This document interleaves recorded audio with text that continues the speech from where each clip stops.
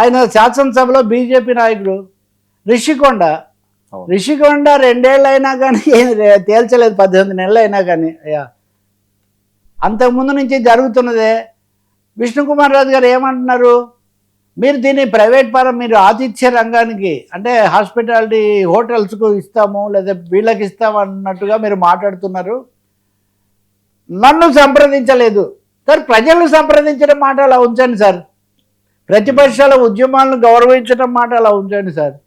కేంద్రంలో పాలించే పార్టీ రాష్ట్రంలో కూటమిలో ప్రధాన ఒక భాగస్వామిగా మెయిన్ బేస్గా ఉన్నటువంటి బీజేపీ శాసనసభ పక్ష నాయకుడు, స్థానిక శాసనసభ్యుడు కూడా ఆయన నన్ను సంప్రదించలేదని బాహాటంగా చెప్తున్నారు.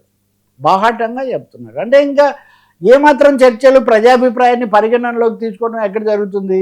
ఇప్పుడు రిషికొండకి ఈ స్థలం చాలదు, ఇంకో 10 ఎకరాలు కావాలని ఎవరో అడుగుతున్నారు, దానికి ఇవ్వాలి అని వాళ్ళు. కానీ ఇది పర్యాటక రంగంలోనే ఉండాలి, ప్రైవేట్ రంగంలోకి వెళ్ళకూడదు అనేటటువంటి మాట ఒకటైతే. రెండోది అందరినీ సంప్రదించండి. ఈ పీపీపీకి ప్రతిసారి విపరీతంగా విశాఖపట్నాన్ని V4P అన్నట్టుగా మార్చేసిన పరిస్థితి ఎందుకు వచ్చిందని పెద్ద ప్రశ్న. వీటికి అప్పలరాజు అరెస్టుకు ప్రత్యక్షమైన సంబంధం ఉంది.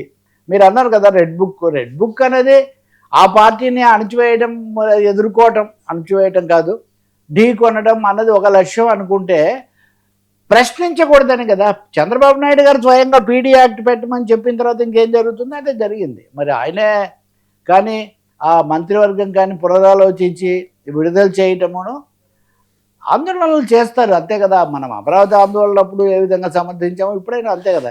వీటన్నింటినీ వీళ్ళు బలపరిచారు. ఉక్కు ఫ్యాక్టరీ మీద పల్లా శ్రీనివాసరావు నిరాహార దీక్ష చేయలేదా? ఇప్పుడు చేస్తారా? అదే ఉక్కు ఫ్యాక్టరీ, అదే మనుషులు, అదే నీవు అదే నేను అని పాట పాడినట్టుగా నిజంగా అదే.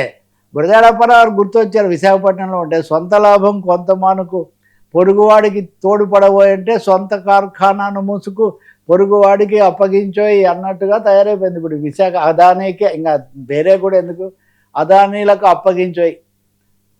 ఇది నడుస్తున్న కథ. అప్పలరాజు అరెస్ట్ కూడా ఇందులో భాగమనే ప్రజలు గట్టిగా భావిస్తున్నారు.